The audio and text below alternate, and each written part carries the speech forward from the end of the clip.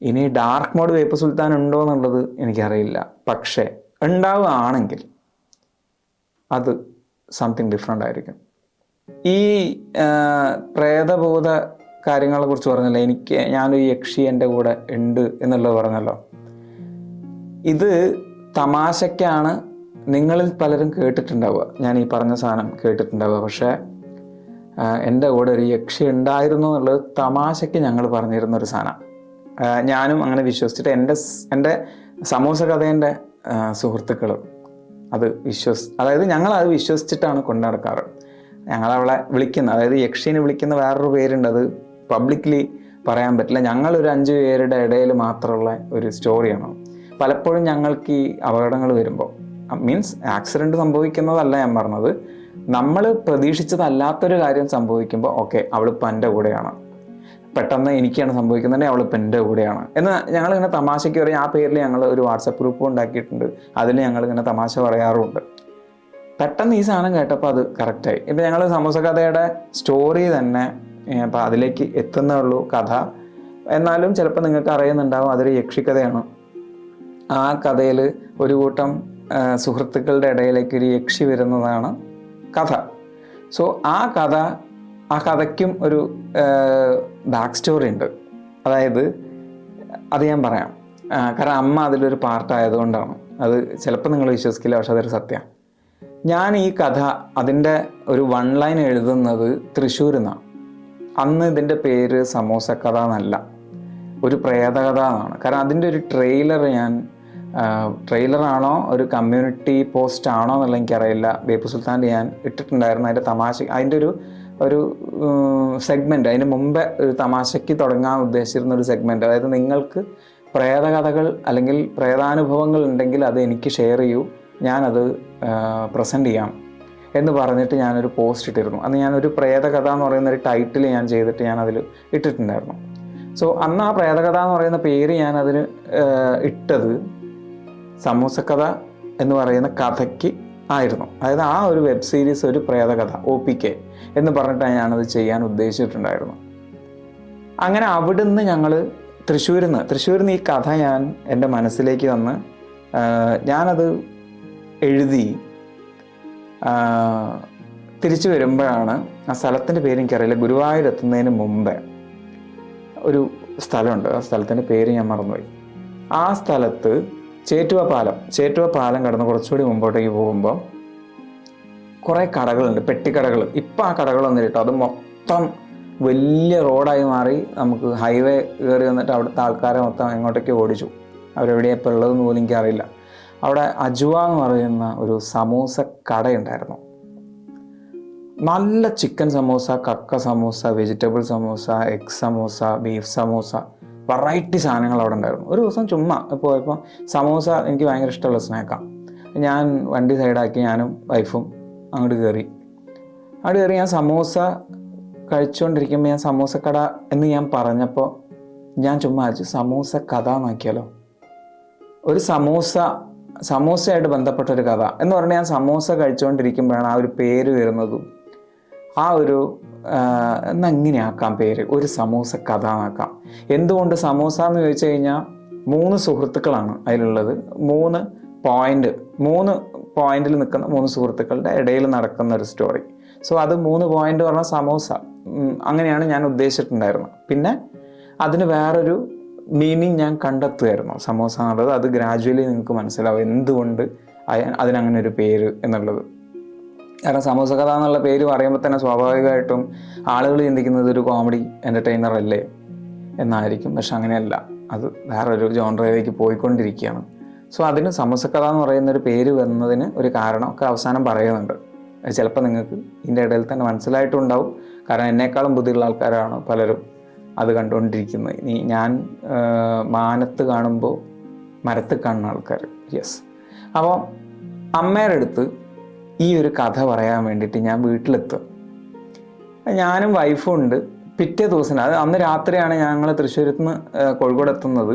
പിറ്റേ ദിവസം രാവിലെ ഞാൻ ഇങ്ങനെ ഭക്ഷണം കഴിക്കാൻ വേണ്ടി നിൽക്കുന്നത്. അത് അമ്മ പെട്ടെന്ന് എടുത്ത് പറഞ്ഞു, എടാ എൻ്റെ മനസ്സിലൊരു കഥയുണ്ട്, ഞാൻ അത് പറയാം, എനിക്ക് ചിലപ്പോൾ വീഡിയോ ചെയ്യാനത് ഒരു കാരണമാവും എന്ന് പറഞ്ഞു.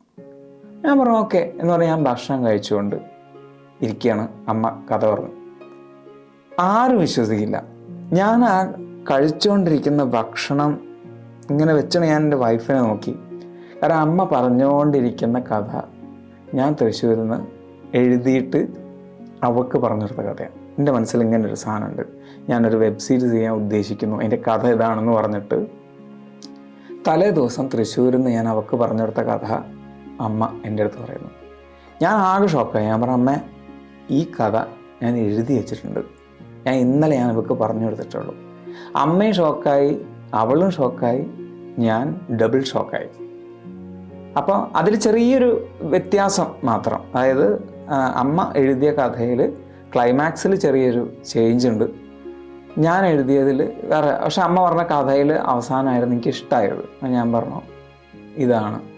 അപ്പം അമ്മനോട് പറഞ്ഞൊരു പോയിന്റ്, ചിലപ്പം നമ്മളെക്കൊണ്ട് ആരെങ്കിലും പറയിപ്പിക്കുന്നതായിരിക്കും. കാരണം സ്വാഭാവികമായിട്ടും ഇപ്പം അമ്മയെക്കുറിച്ച് നിങ്ങൾക്ക് അറിയുന്നത് കൊണ്ട് അമ്മ അങ്ങനെയായിരിക്കും ചിന്തിക്കുന്നുണ്ടാവുക എന്നറിയാലോ. അപ്പം ഞാനത് ഓക്കെ ശരിയാണ്, ആരെങ്കിലും നമ്മളെ കൊണ്ട് പറയിപ്പിക്കുന്നതാവും. അങ്ങനെ ഒരു തോട്ട് എൻ്റെ ഉള്ളിൽ കയറിയത് കൊണ്ടാണോ എന്ന് എനിക്കറിയില്ല. സമൂസ കഥേൻ്റെ ഷൂട്ട് എങ്ങനെയൊക്കെ ചെയ്യാൻ ഉദ്ദേശിച്ചിട്ടുണ്ടോ അതൊക്കെ മറ്റൊരാൾ ഡ്രൈവ് ചെയ്യുന്ന പോലെയാണ് പോയിട്ടുണ്ടായിരുന്നത്.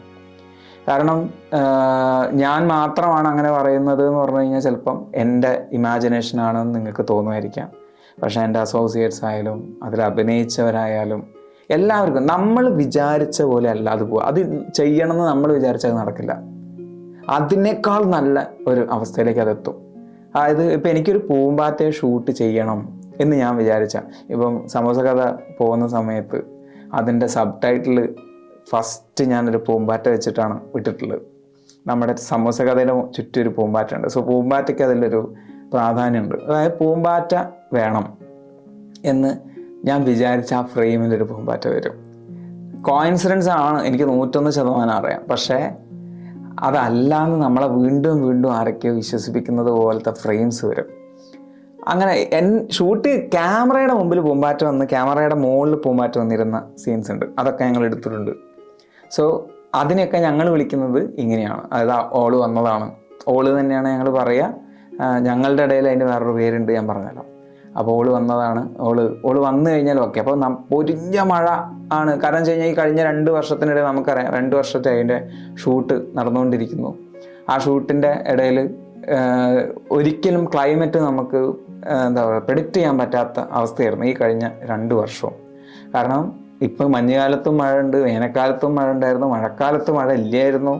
പിന്നെ ഇതിൻ്റെ ഇടയിൽ വസന്തകാലം വന്ന സമയത്ത് വസന്തകാലത്തും മഴയായിരുന്നു. സോ ഈ കഴിഞ്ഞ 2 വർഷവും നമ്മൾ പ്രതീക്ഷിക്കാതെ മഴ പെയ്തിട്ടുണ്ട്.